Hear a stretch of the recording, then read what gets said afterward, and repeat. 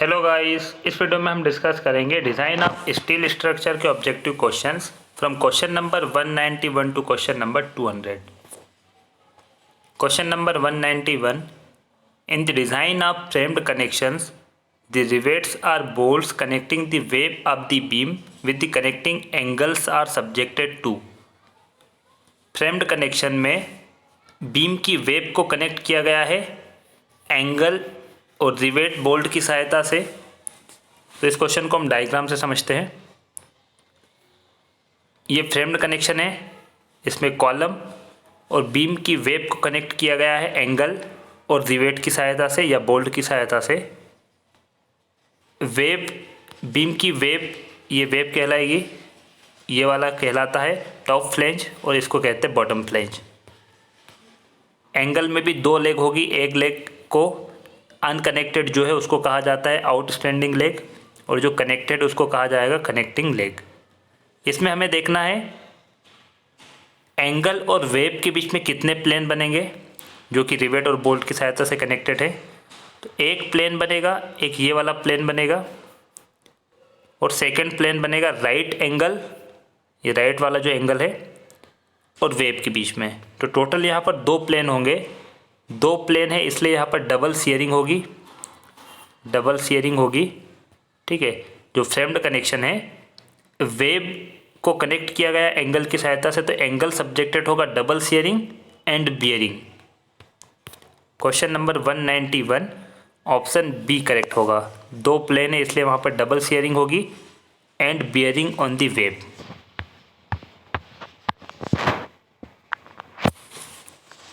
Question number 192, the effective length of the fillet weld is. Effective length का formula पूछा है आपको direct. Fillet weld के बारे में हम पढ़ चुके हैं। फिलेट वेल्ड क्या होता है, थ्रोट थिकनेस क्या होगी, वेल्ड साइज क्या होता है, इसके बारे में जो कुछ पॉइंट्स थे वो हमने डिस्कस कर चुके हैं। यहाँ पर फॉर्मूला देख लेते हैं। इफेक्टिव लेंथ का फॉर्मूला क्या होगा, the effective length of fillet weld is equal to overall length minus 2 into weld size, या टोटल लेंथ भी कह सकते हैं इसको। क्वेश्चन नंबर 192 फॉर्मूला होगा इफेक्टिव लेंथ का ऑप्शन बी। एक क्वेश्चन और बनता है यहाँ से, मिनिमम लेंथ आपको पूछ लेते हैं। The effective length of a fillet should not be less than 4 times the weld size. मतलब इफेक्टिव लेंथ मिनिमम कितनी होना चाहिए, 4 टाइम्स दी वेल्ड साइज, इससे कम नहीं होना चाहिए। तो एक क्वेश्चन ये भी बन सकता है। नेक्स्ट क्वेश्चन है question number 193, a continuous beam width plastic moment capacities is shown in figure. Plastic moment capacity given है, इस स्पान की एमपी है, सेकेंड स्पान की भी कैपेसिटी कितनी एमपी और थर्ड में 0.5 MP. The correct sequence in which the plastic hinges will form in the beam is। Plastic hinge की सीक्वेंस बताना है, कहाँ पर प्लास्टिक हिंज पहले बनेगा और कहाँ पर बाद में बनेगा। सीक्वेंस आपको पूछी गई ऑप्शन ए में, पहले प्लास्टिक हिंज सी ए और उसके बाद बी पे बनेगा, ये ऑप्शन ए कहता है। ऑप्शन बी ए एंड सी पर साइमल्टेनियसली मतलब साथ साथ बनेगा, ए और सी पर प्लास्टिक हिंज, उसके बाद बी पर प्लास्टिक हिंज बनेगा। ऑप्शन सी बी सी ए और ऑप्शन डी पहले बी पर बनेगा प्लास्टिक हिंज और उसके बाद ए और सी पर साथ साथ बनेगा। तो ये चार ऑप्शन गिवन है यहाँ पर। First the hinges will form at A and C simultaneously because the carry over factor for support A is 0 while support C transfer half of the moment to fix support on this right side। तो पहले कहाँ पर बनता है, जो support होता है वहाँ पर प्लास्टिक हिंज बनेगा। ठीक है, तो यहाँ दोनों पर साइमल्टेनियसली बनेगा, ए और सी पर, दोनों सपोर्ट पर प्लास्टिक हिंज पहले बनेगा ए और सी पर। और कैरी ओवर फैक्टर की बात करते हैं, जो हमने टॉस में पढ़ा था थ्योरी ऑफ स्ट्रक्चर, ये जिसको स्ट्रक्चर एनालिसिस कहा जाता है, वो सब्जेक्ट हमारा कंप्लीट हो चुका है। आप प्लेलिस्ट में जाके उसको देख सकते हो। वहाँ पर मैंने आपको समझाया था कैरी ओवर फैक्टर क्या होता है, किस तरीके से मोमेंट एक सपोर्ट से दूसरे सपोर्ट पर ट्रांसफ़र होता है। ए से यदि हम देखते हैं तो लेफ़्ट सपोर्ट कौन सा है, सिंपली सपोर्टेड है, तो यहाँ पर कोई भी मोमेंट ट्रांसफ़र नहीं होगा। लेकिन सी के राइट में देखेंगे तो फिक्स सपोर्ट है, इसलिए यहाँ से आधा जो मोमेंट होगा वो ट्रांसफ़र हो जाएगा। The hinge at C will form 0.5 MP while at A the moment MP is required. अब मोमेंट कितना होगा, यदि ए की बात करते हैं तो ए के लेफ्ट में भी MP है और राइट में भी MP है, तो ए सपोर्ट पर कितना हो जाएगा, MP होगा। सी सपोर्ट की बात करते हो तो सी के लेफ्ट में MP है और राइट में कितना है, 0.5 MP। तो इस टाइप के भी हम क्वेश्चन कर चुके हैं, वर्चुअल वर्क मेथड से हमने देखा था।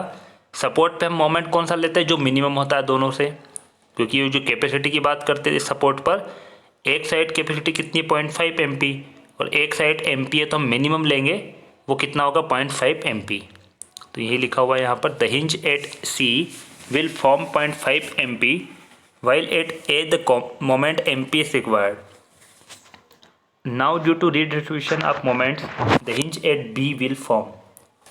मोमेंट डिस्ट्रीब्यूशन मेथड से जब मोमेंट्स का रीडिस्ट्रीब्यूशन किया जाता है तो नेक्स्ट हिंज कहाँ पर होगा, under the load.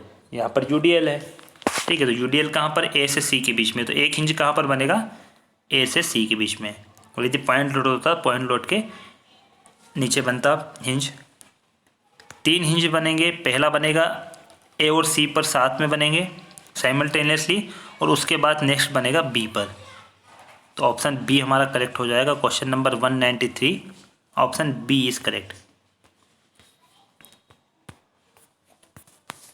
Question number 194, a thin hollow box section of 400 mm by 600 mm deep, ये आउटर डायमेंशंस गिवन है, with uniform plate thickness of 10 mm all round is used for a beam. The plastic modulus of section and its shape factor will be. तो ये question करने से पहले यहाँ पर एक कॉन्सेप्ट आपको समझाता हूँ मैं। शेप फैक्टर तो हम पढ़ चुके हैं, शेप फैक्टर क्या होता है उसकी डेफिनेशन हमने देखी थी, और कुछ जनरल सेक्शन के हमने शेप फैक्टर भी देखे थे, कितना होता है, रेक्टेंगुलर के लिए कितना होगा, ट्रायंगुलर के लिए कितना होता है, स्क्वायर सेक्शन के लिए कितना होगा, ये कुछ सेक्शन के लिए हमने शेप फैक्टर देखा था। उस लिस्ट में यदि आप देखोगे, यदि आपने नोट की होगी लिस्ट, तो उसमें आप देखोगे तो shape factor always greater than 1 होता है। Shape factor always greater than 1। तो इससे आप क्या कर सकते हो, इस ऑप्शन में आप देखोगे तो ऑप्शन बी और सी, इसमें आपको शेप फैक्टर लेस देन 1 दिया गया है, तो ये दोनों ऑप्शन गलत होंगे, बी और सी। तो यहाँ अब आपके पास ऑप्शन कितने बचते हैं, ए और डी, 2 ऑप्शन बचेंगे। तो ये तो एक कॉन्सेप्ट यहाँ पर आप समझ सकते हो, शेप फैक्टर। तो शेप फैक्टर तो कितना होगा, शेप फैक्टर हमें निकालने की ज़रूरत नहीं है, यदि एग्ज़ाम में इस टाइप का क्वेश्चन आता है तो क्या होगा, 7/6। अब हमें प्लास्टिक मॉडल्स ऑफ सेक्शन देखना है। ये क्वेश्चन गिवन है, जो बॉक्स है उसकी विड्थ कितनी है, 400, डेप्थ है 600 mm, थिकनेस 10 mm है, ये न्यूट्रल एक्सिस है 300 mm पर। 2 सेक्शन में हमने इसको डिवाइड किया है, ये 1 और ये 2। 1 का एरिया हम निकालेंगे तो कितना हो जाएगा, थिकनेस तो इसकी कितनी है 10, और ये कितना होगा, इसकी विड्थ कितनी हो जाएगी, 400 माइनस 10 माइनस 10, मतलब ये वाला 10 करेंगे माइनस और ये वाला 10, तो कितना हो जाएगा 400 माइनस 20। तो A1 निकलेगा यहाँ से। Y1 कितना होगा, इस 1 सेक्शन की न्यूट्रल एक्सिस से डिस्टेंस कितनी हो जाएगी, न्यूट्रल एक्सिस से इसकी डिस्टेंस आउटर की अगर देखते हैं तो कितनी है 300, ये 600 है तो आधा कितना होगा 300, माइनस इस 1 सेक्शन की थिकनेस 10 है तो सेंटर से डिस्टेंस कितनी हो जाएगी 300 माइनस 5। इसी टाइप से A2 निकालेंगे तो A2 कितना होगा, यदि इसकी हम बात करते हैं सेकेंड सेक्शन की तो 300 इंटू 10, ये 300 इंटू 10, और ये वाला भी है, 2 सेक्शन है यहाँ पर, 2 लेफ्ट में और 2 राइट में, तो 2 टाइम्स कर देंगे तो कितना होगा 6000 mm स्क्वायर, और Y2 हो जाएगा 300 divided by 2, 150 mm। Simple concept है यहाँ पर। नेक्स्ट हम फॉर्मूला यूज़ करेंगे प्लास्टिक सेक्शन मॉडुलस ZP, हम कैसे निकालते हैं, A1 Y1 plus A2 Y2, compression zone का जो एरिया है इनटू न्यूट्रल एक्सिस से डिस्टेंस उस एरिया की, और इसको 2 टाइम्स कर देंगे क्योंकि कंप्रेशन और टेंशन दोनों जोन का हम निकालेंगे। अब इसमें हमें वैल्यू रखना है, और वैल्यू रखेंगे तो ZP कितना आएगा 40 इंटू 10 टू द पावर 5, ये 10⁵ आपको ऑप्शन में दिया गया है, इसलिए हम इसको इस टर्म में देखेंगे। जेड पी कितना हो जाएगा 40 mm³ और सेफ फैक्टर होता है ऑलवेज ग्रेटर देन 1, तो ऑप्शन डी करेक्ट होगा जिसमें कि 42 दिया है। वैसे आंसर तो 40 आएगा, लेकिन 40 किसके आसपास है 42 के, और ये ग्रेटर देन 1 होता है, तो ऑप्शन डी करेक्ट होगा। तो क्वेश्चन के अकॉर्डिंग तो आपको यहीं तक करना है, लेकिन फिर भी शेप फैक्टर कैसे निकालते हैं वो हम देख लेते हैं। शेप फैक्टर का फार्मूला क्या होता है? शेप फैक्टर का फार्मूला होगा Z P plastic section modulus divided by elastic section modulus. तो प्लास्टिक सेक्शन मॉडुलस तो हमने निकाल लिया है। इलास्टिक के लिए क्या करते हैं, बेंडिंग इक्वेशन लगाएंगे, वहाँ से I x divided by Y maximum, ये फार्मूला होता है जेड ई का। आई आप देख सकते हो यहाँ पर, आई कैसे निकालेंगे, बी d³/12 माइनस, ये कैपिटल डी है, minus small d³/12 divided by Y maximum. यहाँ पर स्मॉल बी और कैपिटल बी आपको पता होगा, ठीक है। स्मॉल बी क्या होगा 400, सॉरी कैपिटल बी होगा 400, कैपिटल डी होगा 600। स्मॉल बी यदि हम निकालेंगे तो ये कितना हो जाएगा, यहाँ से यहाँ तक का 400 माइनस 10 तो 380, ठीक है। 380 इंटू स्मॉल डी कितना होगा 600 माइनस 10 580। वाई मैक्सिमम होगा 300, क्योंकि 600 डिवाइडेड बाई 2 करेंगे, वाई मैक्सिमम यहाँ से यहाँ तक का आउटर फाइबर की डिस्टेंस न्यूट्रल एक्सिस की कितनी हो जाएगी मैक्सिमम 300। इसको सिंप्लीफाई करेंगे तो जेड ई कितना होगा 34.03 इंटू 10⁵ mm³। यूनिट पे आपको याद रखना है यूनिट क्या होगी, mm³। ये mm4 लिखा हुआ है, ये 4 है और ये 300 mm में है, तो mm4 डिवाइडेड बाई mm, तो ये कितना हो जाएगा mm³। सेफ फैक्टर निकालेंगे तो कितना आएगा 1.175। Question number 194 option D is correct.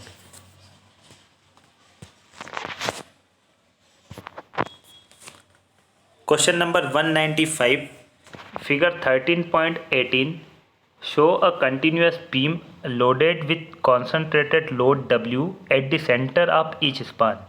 The value of W at collapse will be, collapse load की वैल्यू आपको पूछा गया है। कंटिन्यूस बीम है, पॉइंट लोड या कॉन्सेंट्रेटेड लोड है W सेंटर में। इस टाइप के भी क्वेश्चन हम कर चुके हैं। फेलियर इन द लेफ्ट और right span can be caused by formation of 2 hinge, ठीक है। यदि हम लेफ्ट स्पान की बात करते हैं, 3 टाइप से इसका कॉलेप्स हो सकता है स्ट्रक्चर का। पहले तो लेफ्ट स्पान कॉलेप्स हो सके, या फिर राइट हो सकता है, या फिर मिडिल स्पान। तो 3 हम यहाँ पर मैकेनिज्म देखेंगे। लेफ्ट और राइट में दोनों में यदि हम देखेंगे तो मिरर इमेज होगी। इसका मतलब दोनों का यदि हम कॉलेप्स लोड निकालेंगे तो सेम आएगा। और दोनों में हिंज कितने बनेंगे, प्लास्टिक हिंज 2 बनेंगे।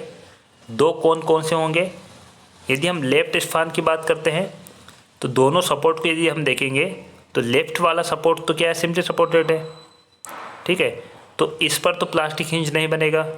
और जो कंटिन्यूस बीम में इंटरमीडिएट सपोर्ट होते हैं, इसमें 2 सपोर्ट तो वैसे सपोर्टेड जो है सिंपली सपोर्टेड है सारे, लेकिन हम क्या करते हैं कंटिन्यूस बीम में दोनों एंड पे जो सपोर्ट होते हैं उसको सिंपली सपोर्टेड जैसा हम ट्रीट करते हैं, तो वहाँ पर प्लास्टिक हिंज नहीं बनेंगे।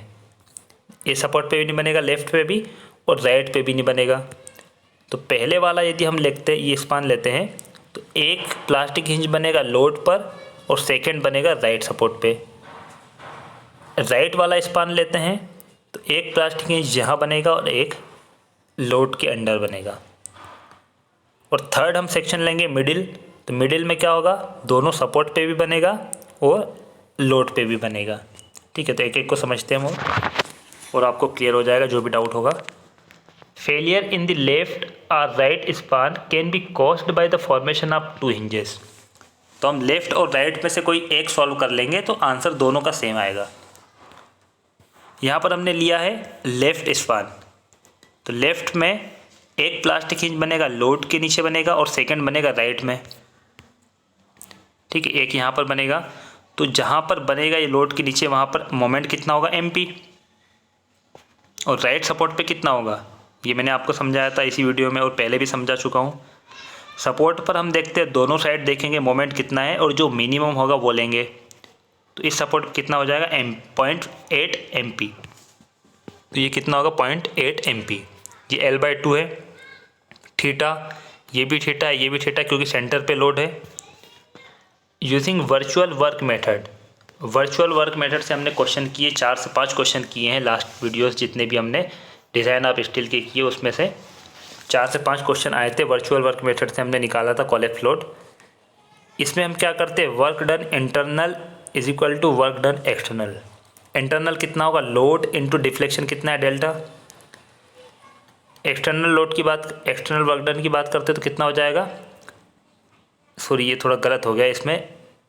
इंटरनल कौन सा है, इंटरनल ये वाला है MP 2 theta plus 0.8 MP theta, और एक्सटर्नल होगा W इंटू डेल्टा।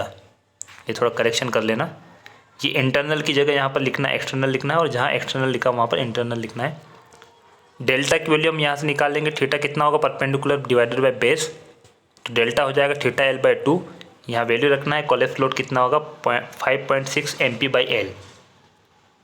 सिंपल है यहाँ पर। सेकेंड हम देखते हैं, the failure in the middle span will be caused by formation of 3 inches. 3 inch कहाँ पर बनेंगे, मिडिल स्पान में 3 इंच बनेंगे दोनों सपोर्ट पर और एक बनेगा under the load. Using virtual work method, तो इसमें क्या होगा, तीनों हिंज पर मोमेंट कितना होगा 0.8 MP। ठीक है, सेंटर में तो 0.8 MP होगा और दोनों सपोर्ट पे भी हम मिनिमम देखेंगे तो मिनिमम कितना है 0.8 MP। Using virtual work method, इसमें भी करेक्शन कर लेना है, आई की जगह ई लिखना, इंटरनल की जगह एक्सटर्नल होगा और एक्सटर्नल की जगह इंटरनल आएगा। 0.8 MP theta, 0.8 MP theta, 0.8 MP into theta plus theta, तो ये कितना आ जाएगा टोटल 3.2 MP थीटा। तो W होगा 6.4 MP/L। 2 कोलैप्स लोड हमने निकाले हैं, वैसे देखा जाए तो 3 कोलैप्स लोड है। फर्स्ट वाला जो है ये लेफ्ट स्पान के लिए हमने निकाला, राइट के लिए निकालोगे तो इतना ही वैल्यू आएगी उसकी भी। और थर्ड हमने निकाला है मिडिल स्पान के लिए 6.4 MP/L। अब कोलैप्स लोड क्या होता है, कोलैप्स का मतलब होगा कि हमने जो 3 लोड निकाले हैं उनमें से जो मिनिमम लोड होगा उसी में स्ट्रक्चर कोलैप्स हो जाएगा। तो हम मिनिमम लोड लेंगे, यही हमारा मैक्सिमम लोड होगा। जो मिनिमम लोड होगा तीनों में से वही हमारा क्या हो जाएगा मैक्सिमम, या जिसको हम कोलैप्स लोड कहते हैं, उसी पर हमारा स्ट्रक्चर कोलैप्स हो जाएगा। The lower load 5.6 MP/L will be taken as the collapse load. Question number 195 option C is correct, 5.6 MP/L। क्वेश्चन number 196, the rolled steel section used in a cased beam has width B mm and diameter D mm. The minimum width of the finished cased beam is given by। RCC और steel में maximum question जो exam में पूछे जाते हैं वो आपको IS code से पूछे जाते हैं, डायरेक्ट आपको IS कोड से क्लोज पूछे जाते हैं एग्ज़ाम में। तो ये IS कोड में दिया हुआ है, स्टील IS 800 1984 में क्लोज नंबर 10.1 में जो डी वाला पॉइंट है उसमें गिवन है, the minimum width of solid casing is equal to B0 plus 100 mm, where B0 is the width of the steel flange in millimetre. Question number 196 option B is correct, B plus 100। जो width होगी minimum width कितनी होगी B plus 10 mm। और भी कुछ points है ये भी आप देख सकते हो।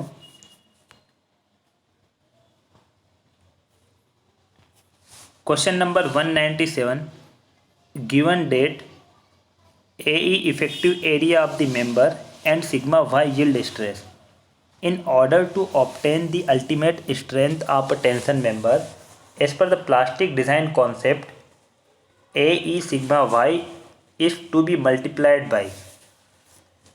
तो प्लास्टिक डिज़ाइन कॉन्सेप्ट ये भी हम कहाँ से देखेंगे, जो IS कोड है IS code 800/1984, clause number 9.2.4. Tension member, the calculated maximum load capacity P of a tension member shall be 0.85 A into Fy. तो इस पर मल्टीप्लाई हम यदि देखेंगे तो किससे किया गया है, 0.85 से। इसमें मल्टीप्लाई किससे किया गया है, 0.85 से। ऑप्शन क्या हो जाएगा, सी करेक्ट होगा। एक और क्वेश्चन यहाँ से पूछा जा सकता है। अभी तो आपको जो क्वेश्चन पूछा वो किसके लिए पूछा है, टेंशन मेंबर के लिए। यदि हम कंप्रेशन मेंबर की बात करते हैं, 9.2.5 struts, the calculated maximum load capacity P of a strut shall be 1.7। ये इसमें किससे मल्टीप्लाई करेंगे, 1.7 से। तो ये ध्यान रखना, आप दो क्वेश्चन यहाँ से बनेंगे, कंप्रेशन और टेंशन। टेंशन के लिए ऑप्शन सी करेक्ट होगा और कंप्रेशन के लिए क्या हो जाएगा, 1.7। Question number 198, a timber beam of effective span L and of cross section B by D is said to be laterally supported if D by B and L by B are respectively. Timber beam है, effective span L और cross section उसका B by D है। Said to be laterally supported if D by B and L by B, इसका ratio आपको पूछा है। तो देखते हैं हम इसका रेशियो क्या होगा। To prevent lateral buckling the minimum width of beam is kept equal to or more than L by 50 and D by 3। Lateral buckling के रोकने के लिए, लेटरल बकलिंग को रोकने के लिए बीम, जो टिम्बर बीम है, उसकी मिनिमम विड्थ कितनी होगी, मतलब जो विड्थ है B, वो मिनिमम कितनी होगी, L by 50 and D by 3। मतलब इससे ज़्यादा होना चाहिए, मिनिमम कितनी होगी, L by 50 और D by 3। लेकिन आपको जो क्वेश्चन पूछा है उसमें रेशियो पूछा है किसका, D by B। ठीक है, तो L by B और D by B हम निकालेंगे तो 50 को इस साइड ले जाते हैं, 50 less than L by B और 3 less than D by B। तो यही रेशियो आपको पूछा है, L by B और D by B क्या होगा, less than 50 and less than 3। तो लेस देन और ग्रेटर देन, ये भी आपको ध्यान रखना है, यहाँ पर समझना है। जो विड्थ होगी, मिनिमम विड्थ होगी L by 50। क्वेश्चन नंबर 198, तो ऑप्शन क्या हो जाएगा, ये जो रेशियो है ये लेस देन 3 और 50 होना चाहिए। सी ऑप्शन करेक्ट होगा। Question number 198, option C is correct.